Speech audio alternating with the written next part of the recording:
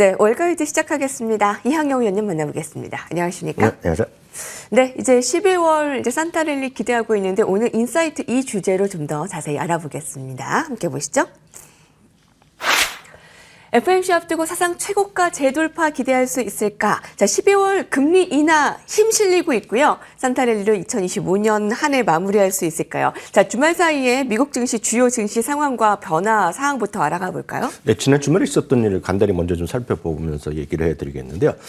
그런 PCE가 생각보다 좀 낮게 나왔죠. 이것에 대해서 시장에 대한 긍정적인 평가가 좀 있었다고 보셔야 되겠습니다. 물론 수치 자체는 업데이트된 아니지만 그래도 발표된 수치가 긍정적이었다라고 보셔야 되겠습니다.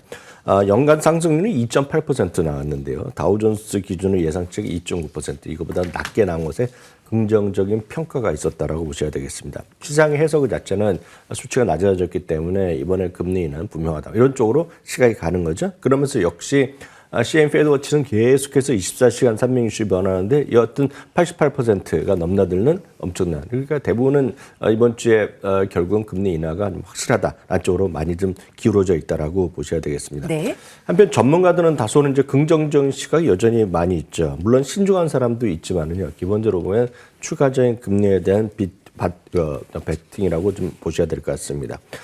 금리 인하는 확정된 시간은 분명히 아니죠. 그렇지만 여전히 일부 반대 의견도 있는 건 분명하지만요, 여전히 금리 인하 쪽에 목소리가 높고 그렇게 대한 시각이 강하다라고 보셔야 되겠습니다. 또 하나 수치는 이제 미시간 대학의 소비자 심리 지수가 되겠습니다. 이거는 해석이 좀 엇갈릴 수 있겠는데요. 12월 예비치가 발표된 건데요. 심리 지수가 5개월 만에 상승세로 일단 돌아섰습니다. 물론 수치 자체가 절대적으로 높은 건 아니지만 턴어라운드 했다라는 그런 시각이 분명히 있다라고 보셔야 되겠고요. 중요한 것은 향후 인플레이션에 대한 기대가도 물어보는데, 전망을 물어보는데, 향후 1년의 인플레이션 기대치가 4.1%로 이거 역시 하락했기 때문에 앞서 말씀드렸던 계속 반복된 얘기지만 금리 인하에 대한 추가적인 금리 인하에 대한 기대감이 좀 고조됐다라고 보셔야 되겠습니다. 반면에 현재 경제 상황에 대한 평가를 러프하게 물어봤을 때는 이거는 또 최근 들어서 가장 낮은 수치가 나왔기 때문에 시각 자체가 말씀드렸다시피 시각 자체가 약간 상반된 의견이 나왔다라고 보셔야 되겠습니다. 그런 결과로 인해서요. 그런 결과로 인해서 지난주에도 하루 빼놓고는 주가가 계속 올라갔습니다. 그래서 말씀드렸다시피 최근 열흘 중간에 금요일 날 방송할 때는 9일 중에 8일이라고 말씀드렸는데요. 오늘 하루도 업데이트됐기 때문에 10일 중에 9일입니다. 10일 중에 9일이 3일 연속 상승하면 이제 우리가 흔히 얘기해서 과열이다 그런 얘기를 표현하기도 하는데, 하여튼 10일 중에 9일이 올라갔다는 것은 상당히 많이 올라갔다라고 보셔야 되겠습니다. 그래서 결과적으로 나온 것은 S&P 500은 화면에서 보시다시피요, 사상체 효과까지 불과 0.3%입니다. 그러니까 수만 뻗으면 오늘이라도 당장 사상체 효과에 들어갈 수 있다고 보셔야 되겠고요. 네. 다우지수는 0.6%입니다. 약간 차이가 있지만 그래도 다우지수 0.6% 얼마든지 갈 수 있겠고요. 지난주까지는 나스닥이 2.5%, 2% 약 중반대 차이가 있었는데요. 지난주에 기술도 상당히 분전하면서요. 나스닥도, 그리고 나스닥 100도 1.5% 수준까지 올라와 있다라고 보시게 되겠습니다. 이번 주 최대 이슈는 역시 FOMC랑요, 고용보고서입니다. 워낙 예상되기보다 늦어졌지만은요, 워낙 발표 없을 것이라는 얘기도 있었는데 발표하는 걸로 나왔기 때문에 이번 주에 일단은 고용보고서 나옵니다. 말씀드렸다시피요, 이번 주 FOMC의 금리 인하 가능성 거의 90%에 육박한다고 보셔야 되겠고요. 신규 일자리는 3만 8천 건이 늘어날 것으로 일단 추정되고 있습니다. 그리고 실업률은 4.5%의 컨센서스를 형성하고 있습니다. 3만 8천 건은 생각보다 상당히 추세적으로 낮아져 있는 수치라고 보셔야 되겠고요. 최근 한 2년 동안의 평균이 신규 일자리가 15만 5천 건이었거든요. 그러니까 그의 4분의 1 정도 수준으로 많이 줄어들었다고 보셔야 되겠습니다. 한편 기억하시겠지만 작년은 12월 달에 마이너스 났다고 말씀드렸습니다. 올해는 한번 기대해 보셔도 좋겠는데요. 80년 이래요. 그러니까 80년 이래니까 몇 년입니까? 거의 지금 45년 동안의 역사를 보면 산타클로스 랠리가 있을 가능성은 73%입니다. 산타클로스 랠리라는 것은 크리스마스 이후부터 1월 첫 번째 거래일까지거든요. 그러니까 통상 5, 6일 나타내는데 산타크로스 랠리 가능성 73%, 평균 상승률은 1.1% 정도였다고 보셔야 되니까 확률상을 보면 산타 랠리는 있었다라는 경향이 강했다라고 보셔야 되겠습니다. 상승률이 그렇게 크진 않네요. 산타 랠리에 대한 기대감에. 네, 그렇지만 1%란 게 장난 아니죠. 왜냐하면 일주일 동안 1%면 1년이면 52%잖아요. 일주일. 네, 그러니까 그거를 일주일이기 때문에 상당히 높은 겁니다. 1% 올랐다는 것 자체는. 많은 분들이 별거 아니라고 하지만 말씀드렸다시피 곱하기 50이 하면 52%잖아요. 그건 그 정도는 아니라고 보셔야 되겠고요. 여튼 2026년에 대한 기대감은 다시 한번 확인되지만 여전히 있습니다. 물론 아직까지 모든 IB들이 내년도 전말 다 발표하진 않았고 이번 주 다음 주까지 해서 뭐 발표 날 것 같은데요. 지금까지 보면 최저가 7,100이고 최고가 8,000포인트 도이치방크까지 제시하고 있는데 긍정적으로 보는 사람들 일반적 시각은 너무나 명확합니다. 기본적으로 이익의 증가세가 계속되고 있고 금리에 대한 인하의 기대감 그리고 또 하나 정책적인 변수는 올해 내내 물론 내년에 또 다시 트럼프 대통령이 어떤 걸 할지 모르겠지만 올해는 정말 극도의 불안감이 있지 않았습니까? 불확실성이 있었죠. 지금이야 다 지나갔지만 금년 2월, 3월, 4월 끔찍했다라고 생각하시는 분 많이 있지 않습니까? 네. 가장 큰 것이 이제 관세에 따른 어떤 시장에서의 충격 이런 표현이 여러 가지가 있었고 결국 그럼에도 불구하고 주가 올라갔다 해서 뭐 타코란 상당히 우스갯소리도 있었던 거 기억하실 것 같습니다. 타코가 트럼프 대통령이 항상 어려울 때마다 꼬리를 내렸다 뭐 이런 얘기인데 어떤 그럼에도 불구하고 내년에 또 어떤 일이 있을지 모르죠. 우리가 예측할 수는 없지만 기본적으로 정책 변수도 상당히 불확실성이 줄어들 수 있다라는 서너 가지 이유로 인해서 기본적으로 내년에 대한 경제 주식시장에 대한 전망도 나쁠 이유가 별로 없다라는 생각 다시 한번 확인드릴 수 있겠습니다. 네. 이번 주에 FOMC 금리 인하 가능성은 88%, 이제 90%에 육박합니다. 네, 산타 랠리 가능성은 평균적으로 73%. 예, 성탄부터 1월 초까지 1%가 굉장히 적지 않은 거다라고 얘기를 해주시네요. 자, 그러면 이제 산타 랠리 그 기대감을 안고 이제 종목별 뉴스가 주말 사이에 굉장히 많았는데요. 먼저 첫 번째 헤드라인부터 살펴보시죠. 넷플릭스 워너브라더스 인수 추진 소식이 뜨거웠습니다.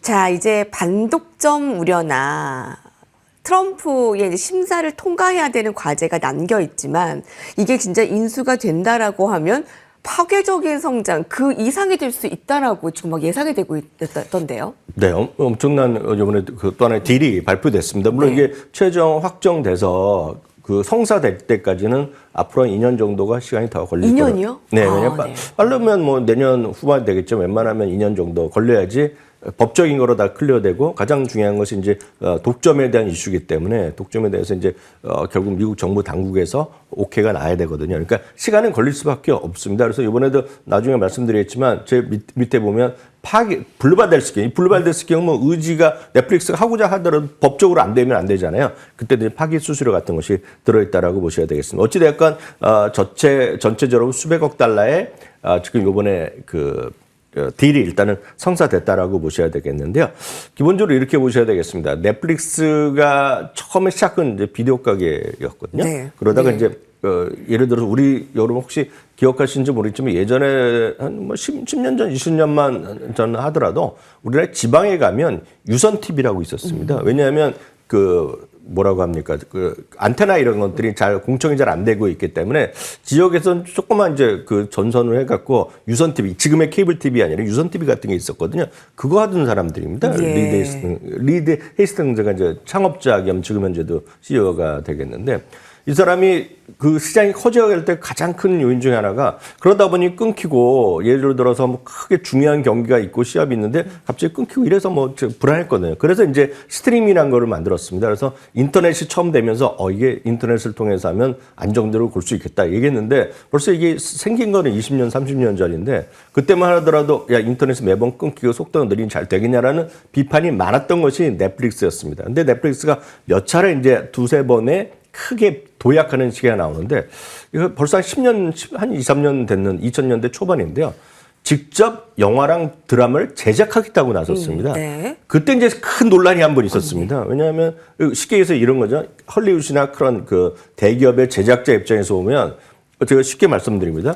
비디오 빌려주던 친구들이 무슨 함부로 너희가 이런 헐리우드에서 영화를 만들고 드라마를 만들겠냐 했다는 것입니다. 그래서 상당히 비판을 받았는데 혹시 이런 거 좋아하시는 분 아시는 분 계시겠지만 하우스 오브 카드라는 드라마가 이제 공전 히트를 쳤습니다. 그러면서 미국에서 에미상 이런 데 휩쓸리게 되니까 깜짝 놀란 겁니다. 그래서 그 다음부터 이제 이 넷플릭스가 주요 뭐 해외 그런 것뿐만 아니라 직접 제작자로서 하면서 아카데미상이나 이런 데 많이 불려다니는 거죠. 이번에 벌써 캐대언 같은 경우도 혹시라도 수상하면 넷플릭스가 제작한 거 아닙니까? 어찌됐거든요. 그런 만큼 넷플릭스의 위치가 이제 올라갔는데 그럼에도 불구하고 아직 이제 경쟁하는 사람들이 남아 있었던 겁니다. 왜냐하면 콘텐츠를 제작하는 것 중에 뭐 여러 가지 회사가 있었는데 아주 쉽게 얘기하면 워너브라더스라는 것이 영화도 있고 드라마도 합니다. 그래서 그 드라마 쪽에서 보면 여러분 혹시 좋아하시는 분 보시면 HBO 시리즈 있지 않습니까? HBO? HBO에서 가장 여러분들이 유명한 거 젊으신 분이건 연세 있으면 아시는 분이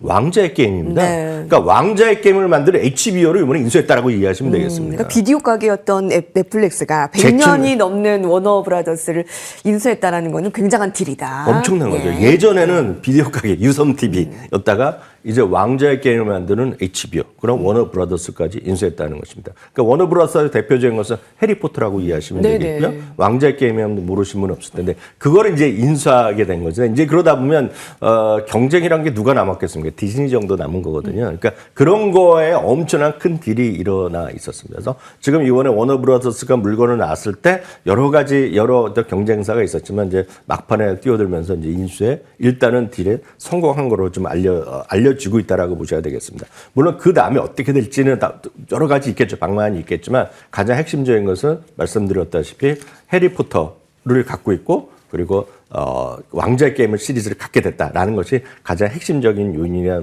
좀 되겠습니다. 다만 이제 좁혀서 주가 측면에서 말씀드리면 워너브라더스는 그동안 여러 차례 인수 합병을 겪었는데 결코 그 성과가 좋지 않았는데 이번에도 어찌됐건 넷플릭스에 들어간다니까 일단은 뭔가 물건이 팔려가는 사람 입장에서 긍정적으로 보는 거거든요. 그래서 넷플릭스는 주가가 좀 눌렸는데요. 넷플릭스는 더 많이 떨어지겠지만 3% 정도 남짓 정확히 2.8%로 일단 하락을 마감했습니다. 왜냐하면 워낙 덩치가 크기 때문에 대출도 일으켜야 되고 레버리지도 일으켜야 되고 여러 가지 부담이 있고 성사 가능성이 가장 큰 거죠.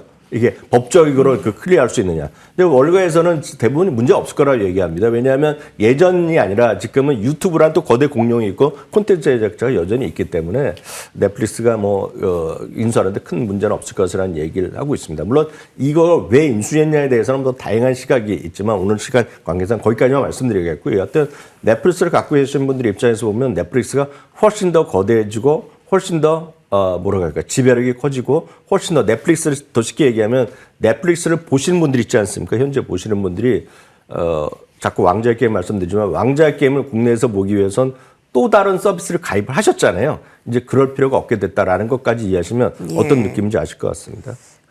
규제 승인까지 시간이 걸릴 수 있지만 계속 좀 두고 봐야 할 이슈다라는 겁니다. 자, 다음 이슈 함께 살펴보시죠. 스페이스X 내년에 잠재적 IPO 기대하고 있습니다. 자, 어느 정도 또 파장력이 있을까 이제 궁금합니다. 잠재적으로 미국에서 가장 가치 있는 비상장 기업이 될 수 있다. 어떻게 볼 수 있을까요? 아주 이것도 쉽게 말씀드리겠습니다. 여러분들이 주식 투자하시면서 항상 생각하는 거가 야 나는 왜 그 테슬라 할 때 10배, 20배를 못 벌었냐 생각하시고 엔비디아가 10배 올라갈 때 왜 나는 뭐 했냐. 그리고 나는 뭐 했냐. 또 그거 아닙니까 쉽게 얘기해서. 또 가장 최근에는 야 팔란티어가 지금 30배 올라갔는데 그때 왜 뭐했냐 하면서 제2의 뭔가를 찾으시거든요. 그런 분들이 노리는 것이 지금 스페이스X 아닙니까 지금요? 딱 아주 쉽게 얘기하면요. 근데 스페이스X에 지금 일론 머스크가 얘기하는 것은 내년 말에 상장을 추진한다는 겁니다. 이제 딱 그거인데요. 그러려면 이제 그 전에 우리나라도 그렇지만 퍼스트 라운드, 세컨드 라운드 하면서 계속해서 투자를 받거든요. 그런 와중에 나온 얘기입니다. 그래서 가장 최근까지 한 거, 지난 7월과 9월에 한 거를 보면 월가에서 지금 집계하는 거 보면 스페이스X의 시가총액을 4천억 달러 정도의 밸류로 돈을 받았다는 겁니다. 지금 딱 쉽게 얘기하면요. 근데 이 부분이 이번에 월스트리트 저널에서 주말에 갑자기 금요일 날 단독 보도를 냈는데 내부자를 이용해서 테슬라가 이번 다음 라운드는 8천억 달러를 생각하고 있다는 겁니다. 8천억 달러면 지금도 딱 2배가 된 그런 느낌이라고 보셔야 되겠고요. 8천억 달러면 엄청난 규모가 되는 것인데, 이제 문제는 그렇게 되면 왜 주가가 이제 관심이 있냐 그러면 이걸 또 좀 아시는 분들 그러면 스페이스X를 미리 살 수 있는 방안을 생각하시는 거 아닙니까 사람들은요. 예. 근데 우리나라랑 미국이랑 또 큰 다른 점이 하나가 공모주 이런 개념이 없습니다. 미국은요. 그래서 우리나라가 참여할 수 있는 개념이 거의 없다라고 보셔야 되겠습니다. 그래서 실제로 개인들은 스페이스X가 상장한 이후에만 살 수 있는 거거든요. 근데 그거에 관련돼서 뭔가 두세 개 회사의 그런 가능성이 있다는 것입니다. 그런 것들이 주가가 올라간 것이 있겠는데 미리 ETF라는 한 두 개 말씀드리겠습니다. ETF는요. 네. 이거는 제가 그 회사의 자산 그 보유 내역까지 보고 말씀드리는 건데요. XOVR이라는 ETF가 있습니다. 지금요. 근데 여기에는 공모 및 비공모 상장 주식이 꽤 많이 들어가 있습니다. 자세히 기회가 되면 나중에 또 그 다음 화면 보여드리면 딱 예를 들어서 토스트란 거가 이제 앞으로 엄청난 기대가 있다라고 얘기하는 거가 되겠고요. 뭐 몇 가지가 더 남아 있는데 여기에 지금 8.5% 정도 지분이 들어가 있는 거로 지금 알려주고 있습니다. 화면을 보다시피 두 번째 스페이스X가 8.5%. 그렇지만 나머지 것들도 많이 있다라고 보셔야 되겠고요. 또 하나가 약간 폐쇄형 펀드, 정확히 CEF인데 이것도 그냥 ETF라 생각하면 큰 차이 났습니다.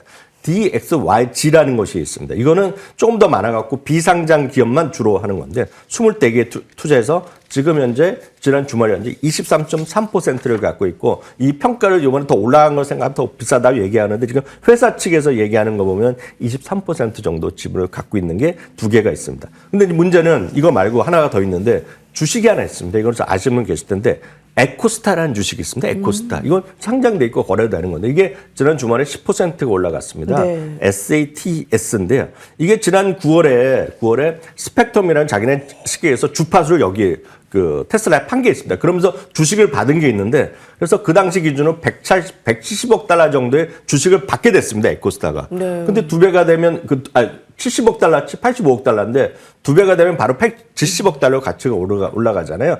그래서 이제 주가가 좀 올라갔다라고 보셔야 네. 되는데 이것도 약간 복잡한 얘기가 있지만 에코스트가 올라간 그런 약간 또 복잡한 계산법이 있다라는 네. 거. 그걸 관심 있으신 분은 본인이 조금 더 스타디 해보셔야 될 것 같습니다. 이 부분은. 그렇군요.